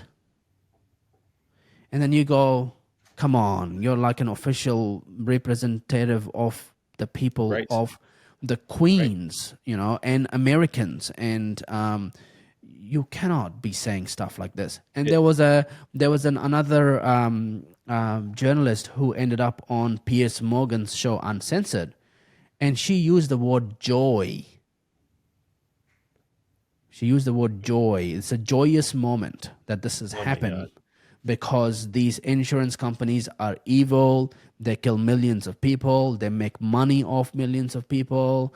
It's a $200 billion company. There are people dying because of these people. They deserve to be killed on the streets. Yeah. That's essentially what she was saying. So It's it's horrible. it's a fascinating, I guess, reality of and like, I see a lot of the books that you're writing is adding good things in the world, good knowledge in the world, that minds can read and kill a lot of these viruses that they've created. And governments are also responsible in creating misinformation. We talked about the UFOs, the drones in New Jersey. And when you listen, the Pentagon speak, it's like, I know what you're doing here. You think you're trying to protect us because you don't want to give us information, but you're actually spreading misinformation yourself. Yeah. We saw government spread misinformation during COVID-19 because they wanted to control the larger narrative. They wanted to kill the virus. They wanted to, do all these things that they thought was the right things to do, right? And they controlled a lot of that, and people didn't like that. So you're right. I think there's a balance, but I don't think there's an answer to what the balance is, and you have to constantly experiment with the fine line, and sometimes you're pushing it too far, sometimes you're not, sometimes you're causing more harm than you think you were doing any good, you know, and it's an over-ending experiment. Yeah, it's it's definitely frightening out there right now with all those things. And you're right, like where does it net out? Yeah, What's the best yeah, way to get where we should be? You know, because you're right. I think there's you mentioned the common sense with that writer, and I think that's right on. There's an erosion of common sense, and you see that in the the people supporting the killer. It's the same yeah, thing, right? yeah, Like that moral compass is completely out of whack, yeah. and that's the erosion of It's common yeah, sense. I Like, find it how can super you think that that's bizarre. okay? Yeah, I find it super bizarre as a podcaster and, you know, as a conversationalist. And I kind of find myself in these positions. I'm sure you do as well as a writer. People around you always want to know what you think, right? And I have people asking me, it's like, what do you think about this? And I'm like, it's ridiculous that you have to ask that question to me. There's a man being murdered on the street. What do you mean? Yeah, What do I think about it? It's like, yeah, what about all these people dying from insurance? I'm like, okay, that's a problem. And yeah, if we think that's a problem, but I don't think we should be shooting people on the street. I don't right. have, Is that a world we want to live and I in? don't think I should be answering that question, you know? I totally agree. That's And a good way to I put get it. Yeah, I get into this trap of free speech, and I feel like I have to defend his right to ask me this question, so I have to answer him.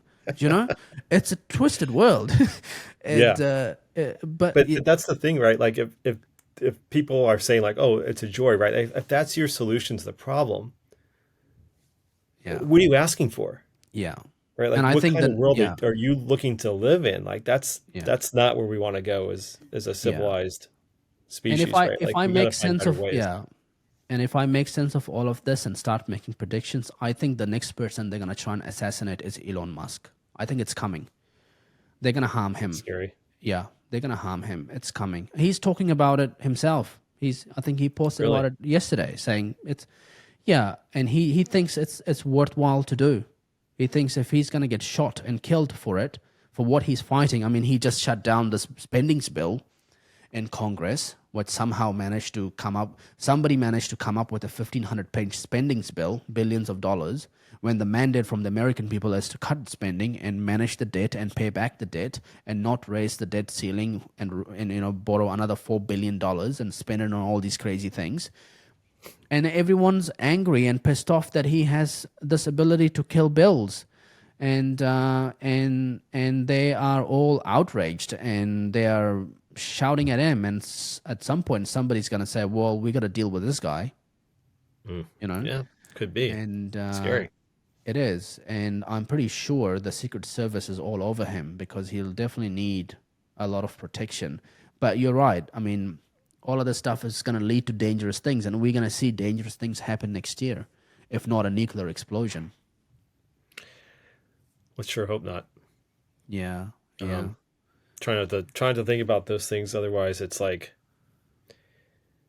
it's just it's hard to just try to focus on good things. You know, like I've like tried to take a break from just getting away from Facebook because it just I find it like just polluting my head with noise, just bad bad news the best thing I constantly. As did if was like I have to take the weight of the world on my shoulders all the time. You know what I yeah, mean? yeah, Like, yeah, yeah, yeah, and I feel yeah. It's better crazy. just The not best thing I did having it was going into yeah, my head delete all my the time. Facebook account. The best thing I did, I only have X. That's all I have, and I can control what I consume. Hmm. The timeline is the most poisonous thing with social media. So with X, what you can do is you can create if you have a premium account, you can create a deck. And a deck can be built based on the accounts that you want to consume information from.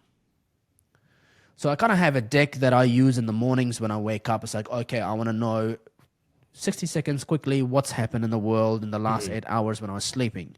So I can quickly scan and quickly read what Trump's saying, what Elon's saying, what CNN is saying, what BBC is saying, you know, and then I have my favorite people on a different deck. And you know, I just put you on that as well. So then I can quickly be like, this is what Mark's saying, this is what he's saying, this is what Brian's saying, this is what this is saying. You know, then I have another deck for UFOs. another deck for comedians. So I kind of like control what I consume, and it Yeah. really sets me for that day and what's going on. And then when I do go into my podcast studio, I kind of have a really good understanding of, this is what's happening today and this is what's going on. And then they all just kind of add to that reality. I do not consume and sit and scroll on my phone, anything just mindlessly, Yeah. and these algorithms are poisonous in many ways. And so, yeah, It I think is. that's the best thing I did for 2024. I think it's around September 2023. I deleted LinkedIn, Facebook, Instagram, just took it all off.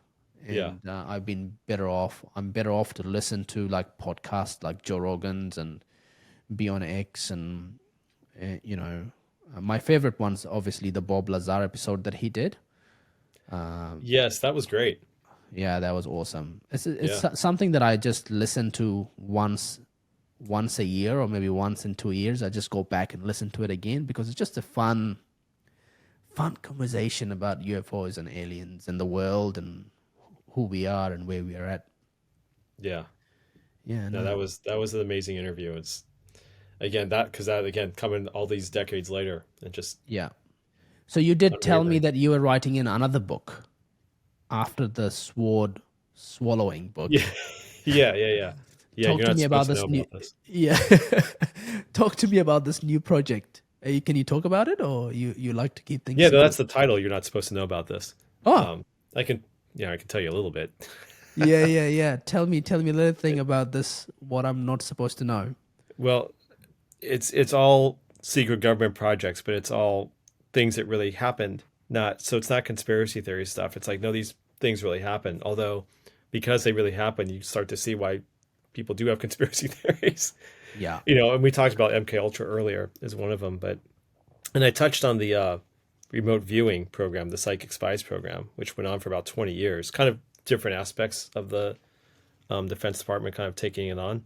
It yeah, wasn't just a CIA thing. They actually didn't have a ton to do with it. They sort of started it and then they sort of ended it.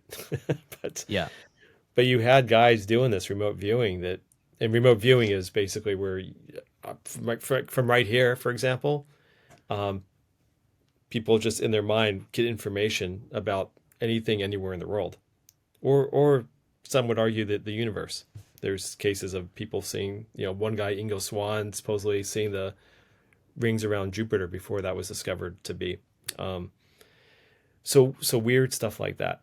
And mm, the information they gathered was often found to have some pretty good accuracies. I mean, certainly they yeah, were not 100% by any means, but yeah, finding, secret bases in Russia and describing certain things that were proven to be true. The trouble, of course, is you don't know it's true till later.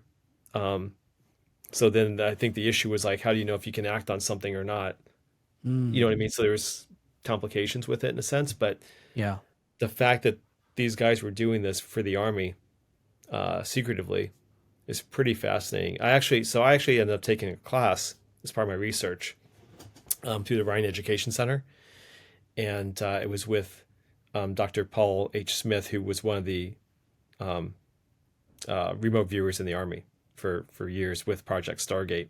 It had yeah, different names over the years, but Stargate's the one that kind of stuck the most famously. yeah, And it was a 4 week online class, and he would give us assignments. He would tell us basically the process for remote viewing, and he stressed that anyone can do this. He was just a guy in the army who got pulled in this program. He wasn't like he said, "Hey, I've got psychic powers. I can do this thing for you." They came to him and said, "We think that you have this sort of creative mindset that maybe you can do this thing that we're experimenting with." And then he found that he could. He was very successful with it. So, so I did exactly the things he said. I'm like open minded. Let me try it. And the first assignment, I had a few things I thought were pretty close. That I was like intrigued by. yeah, Same with the second time, and then the third time it freaked me out. And we would just sketch the thing on, again, go through the process. He said, give our sketches and notes and submit it to him, and then he would reveal what the thing was, the place was, or whatever it was, right? The assignment. And so that third week, it was him. It was called a beacon reading where he was at a location, and he said, you can do this while I'm there at this time of day on the Thursday or whatever it was, or you can do it before or after. It Yeah. works either way anyway, which is Mm. weird. Yeah. So Yeah. I did it after because my scheduling. And the most clear thing that came into my head that I drew was like columns with like a dome shaped thing on top of it. And I Yeah. kind of did like a cross hatching, and I think I wrote like columns question mark. Yeah. And that was the clearest thing in my head. So he turned out to be staying at a place called the Centurium, I believe, in Utah, Utah State University or something like that, some college in Yeah. Utah. And it was a dome shaped structure on columns with like a grid on top. And I literally gasped out loud. I'm like, oh my God. I know that there's the idea of self deception and you seeing what you want to see and making patterns. I get that. But I also can't deny that that was the clearest thing in my head. And he could have been anywhere, anywhere. And it was like that. And so that was the first time I had an experience that really made me think about, like we talked about UFOs before and the idea of whether or not we can believe people and then wanting to believe people's stories, but not having that evidence for yourself, not seeing with your own eyeballs, right? But wanting to believe these stories that sound compelling from people that you know. I haven't seen a ghost, but I've talked to so many people for chasing ghosts that had experiences that sounded very credible and like amazing and hard to explain in any possible way. Yeah. But this was the first time I had my own experience where like, okay, this makes me think that there is something to it, that this idea of consciousness and accessing a collective unconscious with information, maybe there really is something there. And that goes back to this idea of the mind and what it's capable of. And does that actually start to explain all kinds of things, if that's Mm. true? If that remote viewing is, and these guys described it as like anything, you have to practice at it and you get better at it, like anything we do in life.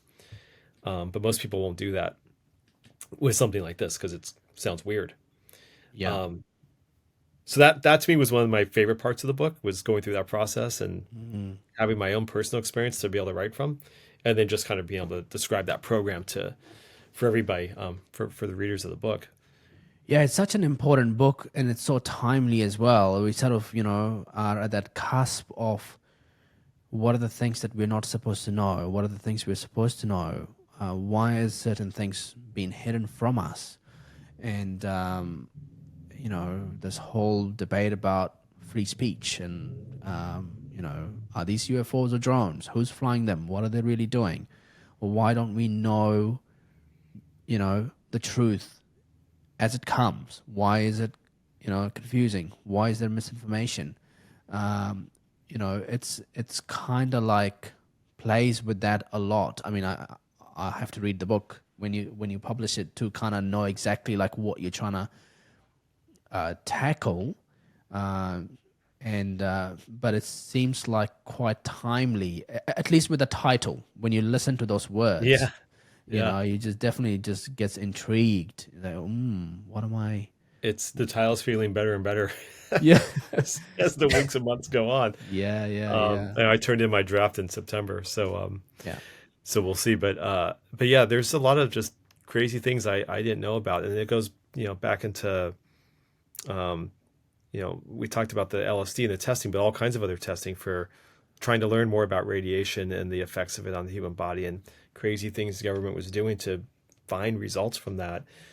Um, mm, there were other programs where they were spying on civilians, trying to find information and do what they thought was preventing attacks and things like that, but stuff that was fairly invasive or just wrong. And yeah, there's a lot of weird stuff like that was going on. And so this book shares that information and has lots of crazy stories. And I again interviewed tons of people, and that's what I love to do is interview different people and get the information from them, as much as I can. In addition to finding old sources from old books, documents, and so forth. I went through tons of CIA documents online. I mean, there's the CIA vault is packed with stuff. I was having dreams at night about CIA documents, and I half joked in the book that I was wondering, like, at some point the CIA was aware yeah, of me and yeah. keeping tabs on me. It was this how do guy you, poking through. yeah, yeah. How do you keep your like sanity by exploring these things? Because I find, there are sometimes I would do an episode on a podcast. It will take me a week to kind of adjust myself back to normalcy because I'm listening to all the stuff that's coming from the other end. It can throw me off sometimes. And yeah, how do you I manage that stuff? well, a couple of ways. One is I don't write my books in order. I write different sections and I kind of bounce around a little bit and it all comes together Uh-huh. at the end. So Uh-huh. sometimes I bounce around. And that I was also writing at the same time the sword swallowing book.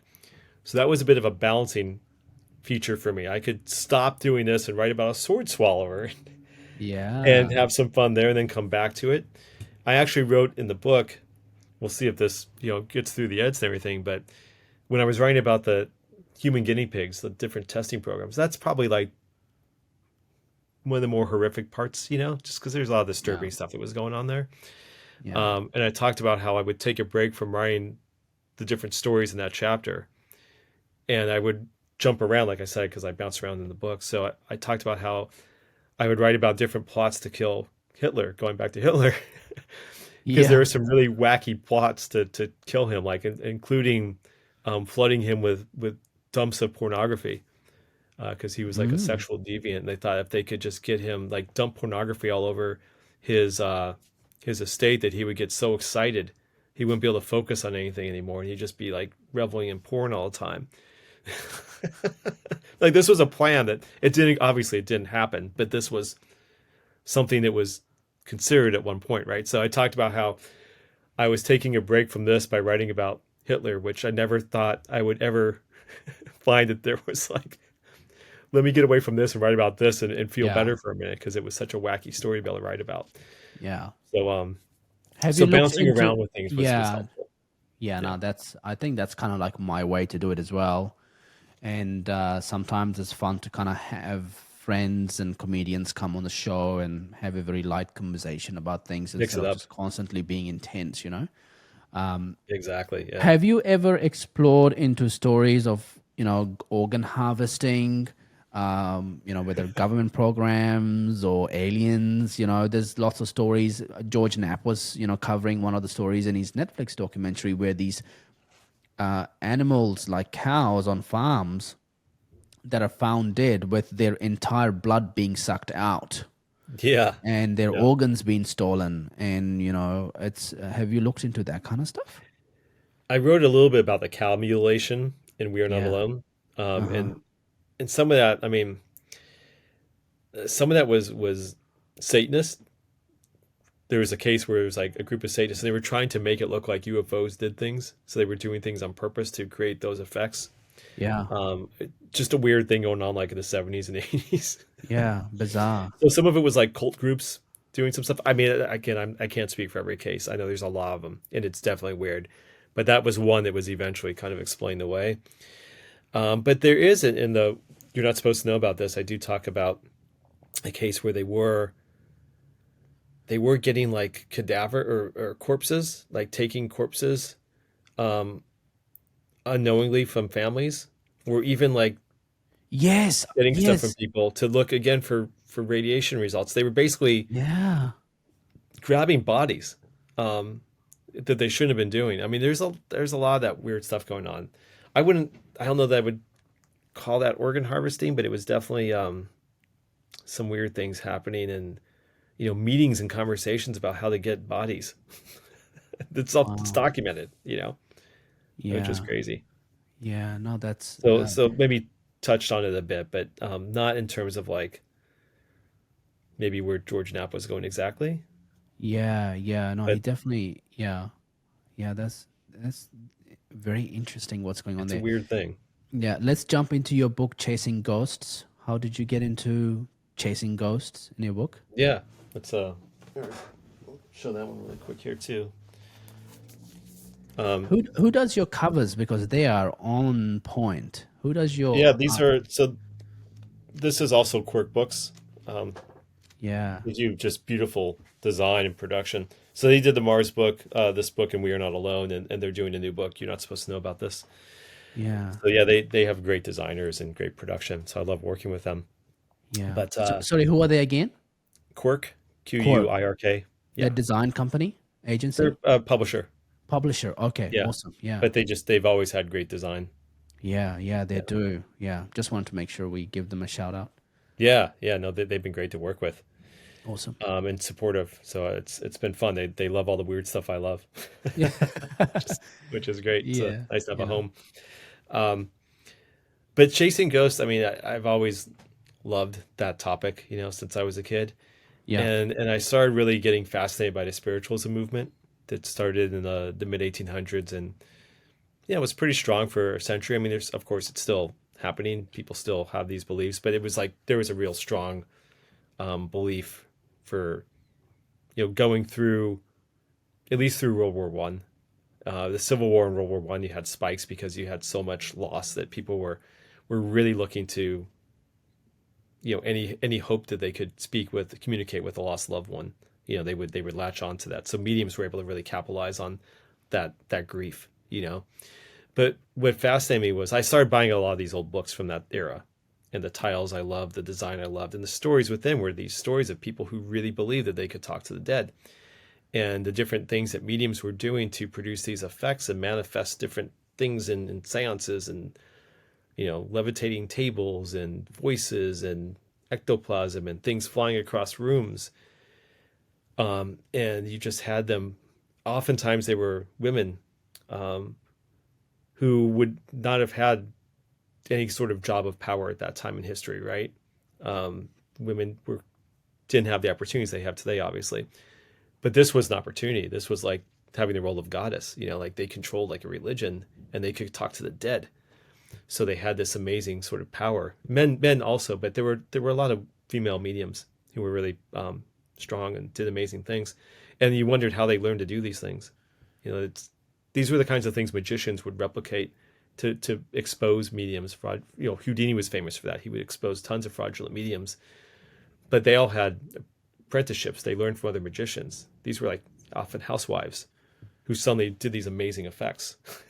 So how was that happening? And I find that fascinating. And the scientists who believed them, there were lots of scientists who were like convinced that these were legitimate mediums, Mm. communicating with the dead and producing different, writings from the dead, and the Ouija board messages, Yeah. all these amazing things. They were sending their spirits to Mars and describing Martian civilizations, going back to Mars. I Wow. mean, it's like all interconnected. So So do you believe all in that stuff ghosts? is what really Do you, got me do you going think for that book. do you think ghosts are real? Do you believe in them? See, it's another one where, like I said, I haven't had my own experience. So Yeah. again, this book, I also walk the line because I think that there's a lot of very interesting cases that are compelling. And I present a bunch of those in the book. But there's also things where you see science explain away a lot of things people see, but not everything, which keeps that mystery open. So, for example, infrasound is I think it's 18.7 hertz wavelength that we don't detect, but it causes effects in our bodies and our heads. It causes the eyeball to vibrate so slightly, like you wouldn't feel that. It vibrate sounds like you'd feel it, right? But you don't. Mm. But that Mm. causes like shadowy figures to be seen in your periphery. Mm. And so where infrasound has been detected is often places that feel like like tropes of haunted houses or something, like cellars and narrow hallways, and where people have those experiences, right? Yeah. So it causes fear. Like horror movie soundtracks will use infrasound to enhance the fear in Mm. a theater. Mm. So that may explain some things, but not everything. Mm. One example I love in the book is a parapsychologist named Lloyd Auerbach, who I spoke with, and he described his own experience and he studied this for decades. But he had a friend who was a pilot and an author. I think he's the guy who wrote the $6 Million Man. I'm forgetting his name offhand right now, but a well-known guy, and he had just passed away. Um, and my friend Lloyd was driving to the airport, I think in Portland, Oregon, if I remember correctly, or heading to Portland. And he had a relatively new car, and he said he smelled this cigar smoke all of a sudden. This was days after his friend had passed away. His friend smoked cigars. Um, Relatively new car, so it wasn't like there was like a bad smell in the car to begin with or anything like that. He's like, I smelled this distinct smell of his cigar. And it was very strange. Like, why am I smelling that all of a sudden? And then he talked to a friend of his who was also a friend of this guy who was a pilot. This friend was also a pilot. He was, I think, flying out of Buffalo, somewhere in the New York area, so the other coast. And he said, I think without being prompted, that he smelled a cigar smell in his cockpit. And this was like 10 minutes after Lloyd had smelled the same thing. A third friend had a similar experience about 10 minutes after that. So, how do three guys have this olfactory experience that links them to the death of a friend within a half an hour? Like, that's a weird one to explain by coincidence or by some sort of electromagnetic fields or infrasound, like things that might be out there in the physical world that are invisible but affect our brains. That's a weird one to me. So there's stories like that in the book that make you wonder, like, okay, maybe there's something to it. And the way I sort of end the book is, again, there's, like I said, I give you evidence for and against as I find it. But really, it comes down to what you want to believe. And so for me, it's like you have two choices. You can either believe that there's something after life, or there's nothing after life. And if there's nothing after life, that means we're going in the box and then that's it. And that's it. That's it, right? Yeah. Yeah. Which would you rather believe? I'd rather believe that maybe there's something else out there that we don't just Yeah. end. So, and Yeah. that's Yeah. a long answer to say that I think there might be something out there. And if you do see a ghost, it's funny because I also say, like, ghosts are always like in a horror trope, right? Like, Mm. ghosts and monsters and all these things. Yeah. To me, a ghost should be exciting. That should be a relief. Like, I saw Yeah. a ghost. That means there's something, and that should be good Yeah. news. Yes. I think, when we're alive, we can get to this point of understanding that there is some form of energy to a human being that's more than just its consciousness and its physical self in a carbon form. And so when you do die, there is something that suddenly passes to a different dimension, Yeah. and that may exist on Earth. And think about Hitler's ghost. If that's true, right? If that's true, that when you die, that if Hitler, when he died, if maybe he's around as a ghost, who knows? Have you seen that Twilight Zone episode No, about that? no. It's literally about what you just said. Yeah, no, I haven't seen it. I wish I could think of the name. It's I just randomly came up with that idea. it's season 4 of the Twilight Zone when they did Uh-huh. like those hour-long episodes. I think it's called He Lives. Look Ah, it up later. But it's basically, the Twilight. You have the Twilight Zone, I assume, in New I Zealand. haven't I watched hope. the It, Twilight Zone. You mean the TV show? yeah, from the '60s. It's like the greatest show ever. Oh, I'm sure we have it, but I Yeah. hadn't watched it. But now that you're saying it's the greatest, I have to go watch it. Oh, check out this episode because it's again, this is like maybe 62, something like that. Uh-huh. Um, and it's a young guy who is basically uh, like a neo-Nazi type of character who's outside trying to drum up support for his beliefs, and he's not doing well. And then a shadowy figure kind of starts to help him out and tells him what to do. And the playbook he gives, it's Hitler, is revealed. Not, I don't think it's a big spoiler. You'll figure it out pretty quickly. Yeah. But the language is so frightening to everything that's going on now. And the Rod Serling always gave like an intro and an outro, little monologue. And the things he says at the end is basically kind of describing what you said. Like wherever there's hate, wherever there's these things, it's that ghost of Hitler kind of following you. And it could be anywhere. It could show up in any city. He starts naming off random cities in the U.S. It could happen here. It could happen here. Whenever those feelings arise and gain support, it's really relevant to things going on now. But it's a great episode. But yeah, I mean, and then to take this whole ghost idea, it and the things we were talking about, it also makes me wonder if there's a connection to the things I was talking about earlier with the remote viewing and the collective unconscious. And are we tapping into something and the energy like you described after we go? Yeah. Is there something to all that? Is all of that something that's connected? Like I'm reading the biography of Edgar Casey right now, who I've also been fascinated by since I was a kid. Are you familiar with him at all? No. He was a guy born in the late 1800s and lived till I think the late 40s. he was known as the sleeping prophet. This was a guy born in Kentucky, like rural Kentucky, not much education, and he had kind of a what he describes as a religious experience as a kid, where he saw this figure of a woman angel, probably, who basically asked what he wanted. He said he wanted to help people, and shortly after that, he would go into a sleep mode, and he would start to give incredibly detailed medical diagnoses of people and treatments. Right. And people would write to him from all over the country, maybe beyond. I'm not sure how far he extended, but he would just give you these crazy medical readings and treatments, and they would work. And so there's like tons of books on this guy. He did this for years. Never Wow. was trying to make money off it. He just wanted to help people Yeah. and didn't really know what was going on, didn't understand it. And he's one of these guys that to me has always been one of those stories of like, okay, well, he doesn't seem like the fraudulent mediums of the spiritualism age with the seances and the levitating tables. That wasn't him. Was he tapping into something in the collective unconscious? Was that connected too? Is that how people who do have psychic leanings, is all this stuff connected? Is that coming through ghosts? Are they giving information? You know what I mean? Like, I don't know. This might sound weird, but maybe it's all combined in some way. Yeah. Yeah, I think so. Well, when I die, I'll let you know. You can write a book about it. Tell me about the rubber skin lady. How did you find her, and why did you decide to write about her? Oh, yeah. Let me grab that one. Hang on, because that's a good one to show. Yeah. So, so I mentioned my book, American Sideshow, Yeah.